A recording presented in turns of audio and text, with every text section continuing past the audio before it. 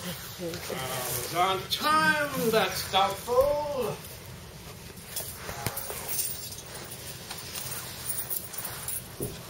Chips, please.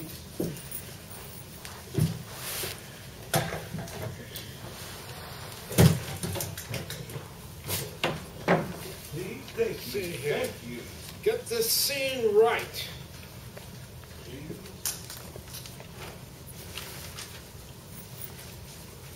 Yes, please. Thank you.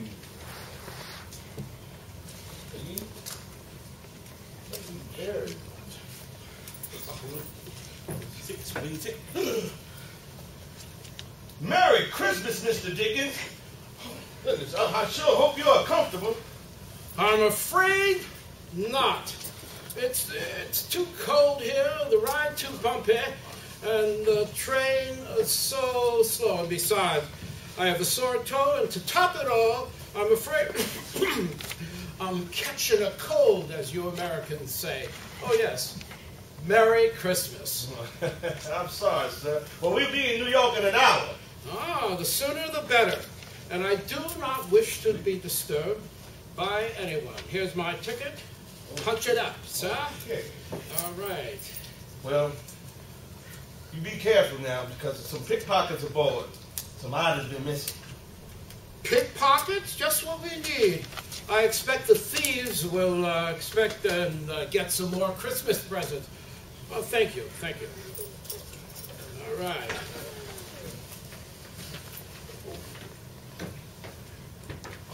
Oh, yes. Thank you. Yes, please. Okay. Let's see what...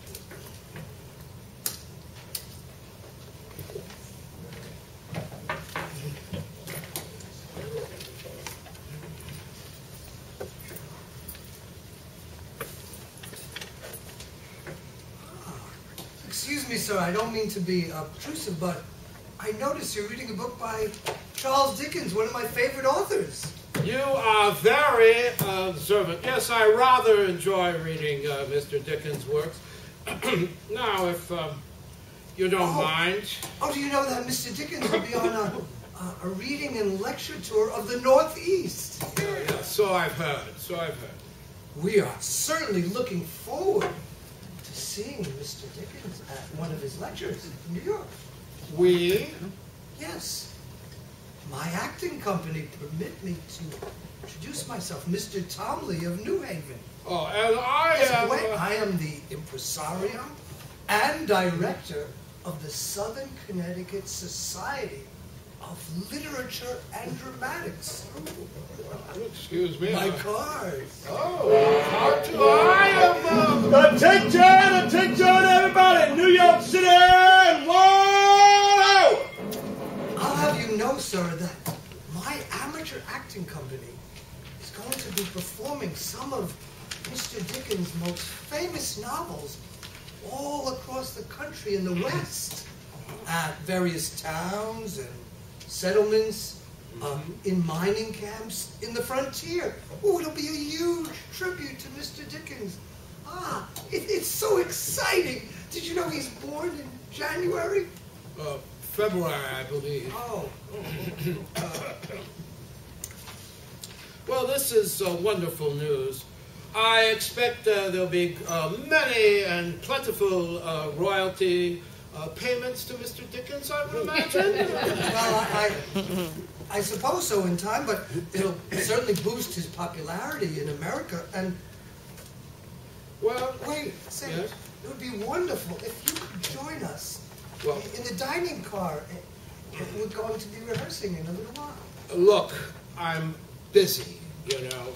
I have deadlines, so sorry. And you know, I'm a bit weary and frankly not feeling too well. You know, I have to look after my toe here. Oh, that's too bad. Well, perhaps some other time, you know, I could come and see it. I love that Dickens, you know, and I know something about the theater myself, having been involved in amateur theater, myself mainly in England. Oh.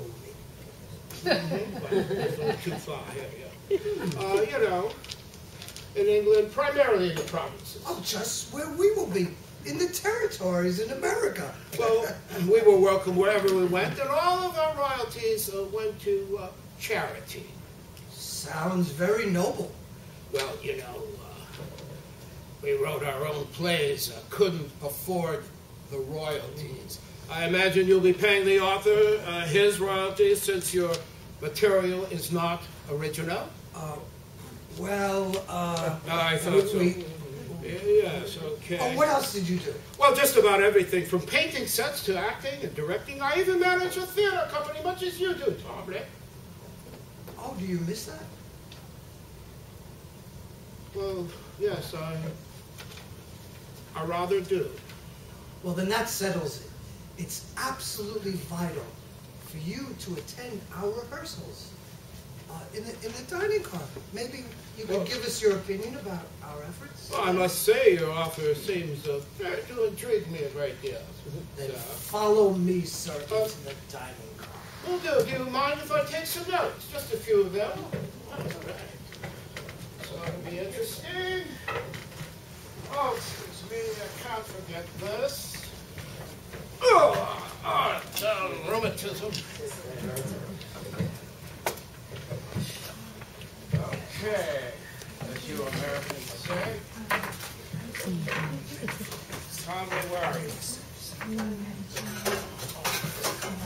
Where is this? Quiet, everybody. We only have an hour before we arrive in New York. Please be ready to perform your scenes. When I call you, I'd like you to meet Mr. Trainer. Boswick Trainer. Mr. Trainer is a man of the theater from England.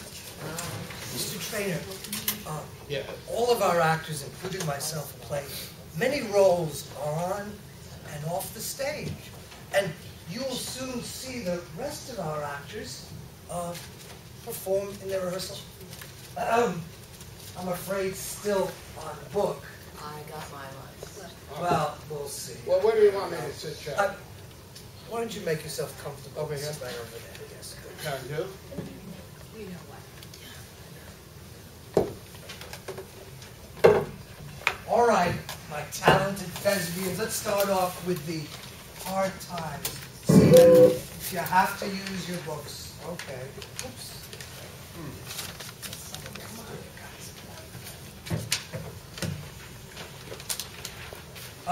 Prop. Forget the prop. All right. Not a good catch, but good old man. Oh, that's fine, Tim. Oh, and one other thing, Mr. Trainer. Yeah. You might notice our use of non-traditional casting. It's the latest thing. Oh, yes, the American way, I suppose. I can't wait to see this. All right. London, 1853, a classroom. Mr. Gradgrind, a retired wholesale hardware merchant, enters with a school inspector, eager to impress him with his model school. The students come to attention once they see them entering.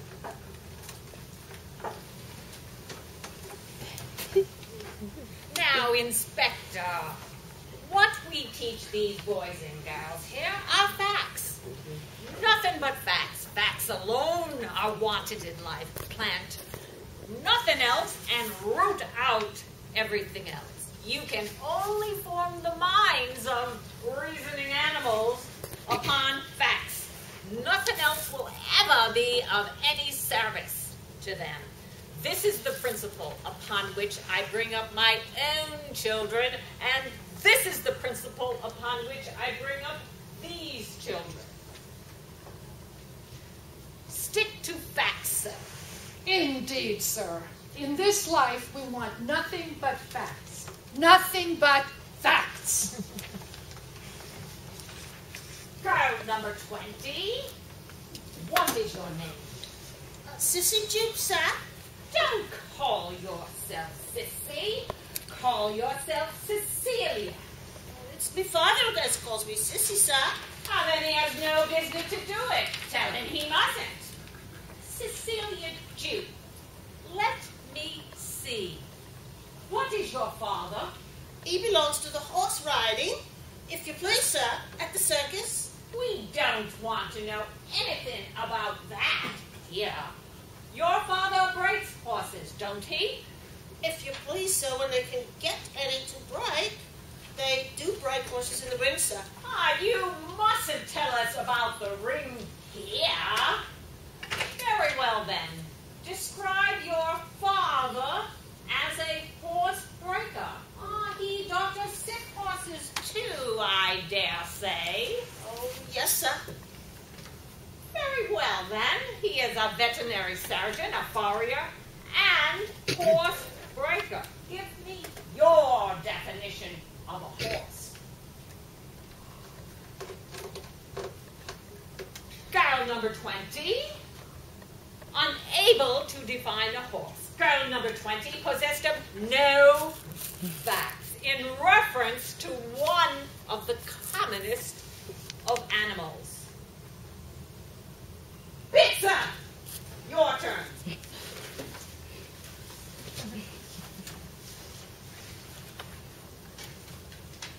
Pizza, your definition of a horse.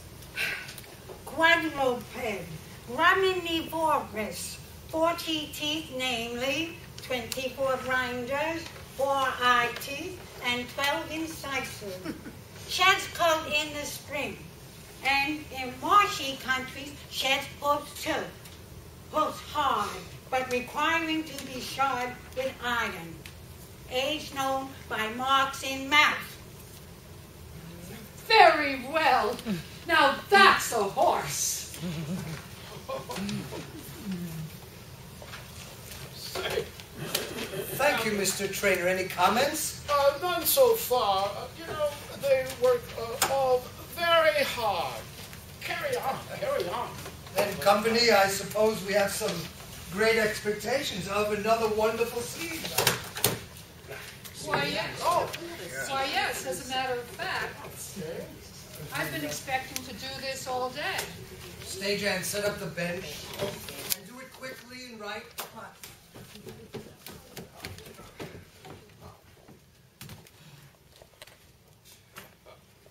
Okay. Places everyone for great expectations. Pip is sitting on a bench in the ruined garden belonging to the estate of Miss Havisham. Estella enters, and Pip rises from the bench and greets her warmly.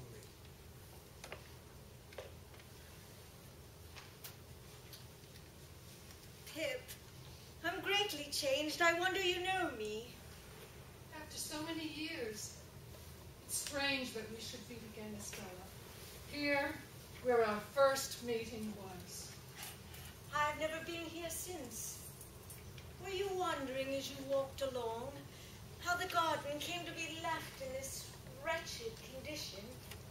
Yes, Estella. The garden belongs to me. It is the only possession I have not relinquished. Everything has gone from me, little by little, but I kept this, and yet neglected it all the same. It is the subject of the only determined resistance I made in all these wretched years. I came here to take leave of it. Have you ever thought of me since our last parting? Of late, very often. There was a long, hard time when I kept far from me the remembrance of what I had thrown away, when I was quite ignorant of its worth. But since my duty has not been incompatible with the admission of that remembrance, I've given it a place in my heart. You have always held your place in my heart. I little thought I would take leave of you, taking leave of this spot. I'm very happy to do so. Glad to part again, Estella? To me, parting is such a painful thing. To me, the remembrance of our last parting has been ever mournful and painful. But you said to me, God bless you, God forgive you. If you could say that to me then, you will not hesitate to say that to me now. Now, when suffering has been greater than all other teaching and has taught me to understand what your heart used to be. Be as considerate and as good to me as you were then, and tell me we are friends. We are friends. And will continue friends apart.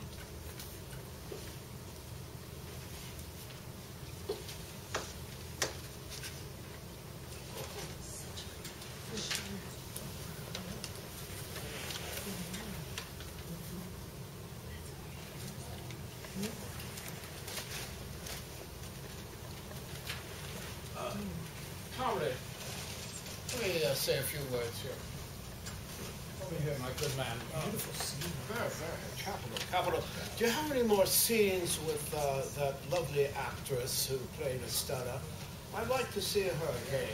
You mean Alice? My wife? Yes, I do. You'll see. Now, the next scene is from David Copperfield, and with just a little of my own fancy that I've added to it. Of course, to improve on the original. Well, not exactly. Just, it's so long. Just to make the scene more comprehensible to an audience unfamiliar with the entire book. Such a long book. Probably not too many have read it. So long. I can honestly say I haven't. Have you? Well, I struggled with it. I suppose it could use some changes here and there. Well, carry on. Where's that? Next scene, my pulchritudinous players. Calling the David Copperfield cast, please.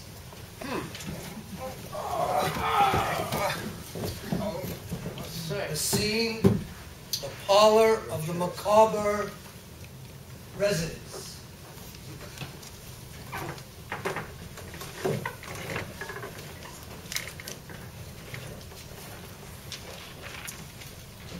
As David's aunt, I take a great interest in your predicament.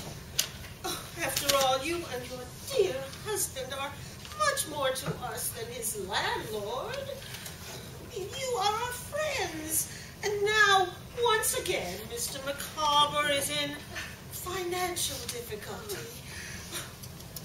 What must be done? Oh, this is not the first time, nor, I'm afraid, will it be the last time we have stood on the edge of a dangerous precipice. But just be sure I never will desert Mr. Micawber. His sanguine temper leads me to expect that he will overcome them.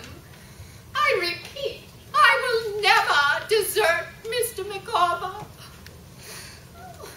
I never will do it, no, never. Of course not, my poor dear.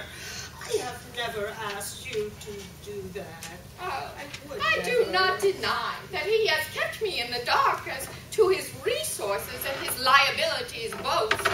But I never will desert Mr. Micawber. Oh, come, all ye faithful, A joyful and triumphant, oh, come ye, oh, come. Capital. My angel, what is the matter? I never will desert you, Micawber. My wife, I am perfectly aware of it. He is the parent of my children. He is the father of my twins. He is the husband of my affections. And I never will desert Mr. Micawber, no matter how poor we are. Have no fear. Something will turn up. Mr. Micawber, I wonder you have never turned your thoughts to migration. Ah, madam, it was the drama of my youth and the fallacious aspiration of my riper years. I? Why, what a thing it would Macabre, you were to emigrate now. And if I could be of any assistance, I Wait, would be actors, so... hold it one moment. So we're all... Could be a map of Australia, and it's sort of mixed media. What do you think? It could kind of speed up the speechifying a little bit. I don't think so. Keep it simple. Oh, okay. Continue, actors. Well, try different things. Capital, madam. Capital. Capital? But you are doing us a great service. Have done us a great service. I would be only too happy to... Oh, madam, I could not receive it as a gift, but if a sufficient sum could be advanced at, say, 5% per annum upon my personal liability and on my notes at hand at 12, 18, and 24 months, respectively, to allow time for something to turn up. Could be, can be, and shall be, and your own terms. David? I know some people who are going to Australia shortly. Perhaps you could go on the same ship. You could help each other. Think of this now, Mr. and Mrs. Macabre. Take your time and weigh it well. Madam, we accept your proposal. David, my young whippersnapper, what say we return to the saloon and drink to the kangaroo? Come, all ye faithful, joyful and triumphant. Oh, Mr. Trainer. I want you to meet Alice. You remember Alice? She's my wife from the Great Expectations scene. Mr. Trainer has a great theater background, and he's from England. I must say, Mrs. Thornley, it is an honor to meet you. Maybe you could honor us by doing a scene with me later? Alice, excuse me, Mr. Trainer, my wife does get carried away. Tut. Of course. We'll find something quite fitting and suitable for you later. Fair enough, Tomley. Stagehands, let's go. Bring out. This is a complicated one. I don't even know if we're going to be able to do this. Well, God bless me. What huge cucumbers. For your lunch? No, they're props for our Nicholas Nickleby scene, but I don't think we can rehearse that here because it requires a wall, and a wall? I haven't figured out a wall that is all Tommy. What would Shakespeare do, with his Pyramus and Thisbe, from Midsummer? Look, let the imagination do the work. Keep it simple. Okay. Like this. What? No, not that simple. Here. Not that simple, Jim. Not that simple. Here, let me show you. One, a two. Help me out, Johnny. A three, voila, a wall. Whoop. Let me scoot behind this wall that I created here.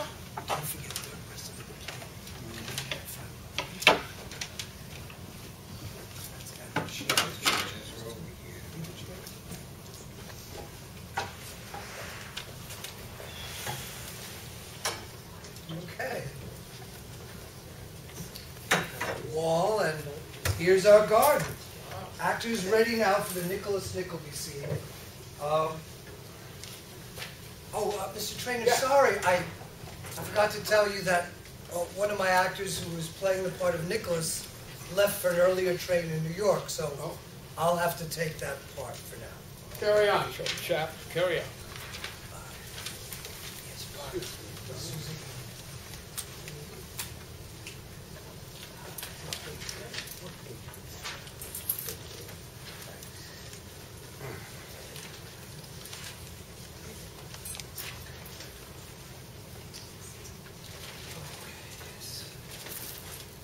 Nicholas, my dear, I must tell you something. Did you ever meet our new neighbor, a rather elderly gentleman? No, Mother. What about him? Well, the bottom of his garden joins the bottom of ours. And of course I had several times seen my neighbor sitting among the scarlet beans in his arbor or working at his little hotbeds. I used to think he stared rather, but I didn't take any particular notice of that, as we were newcomers, and he might be curious to see what we were like. But when he began to throw his cucumbers over our wall... Well, I never to throw his cucumbers over our wall. Yes, Nicholas, my dear, his cucumbers over our wall, and vegetable marrows likewise. Confound his impudence. What does he mean by that? Oh, I don't think he means it impertinently at all. What?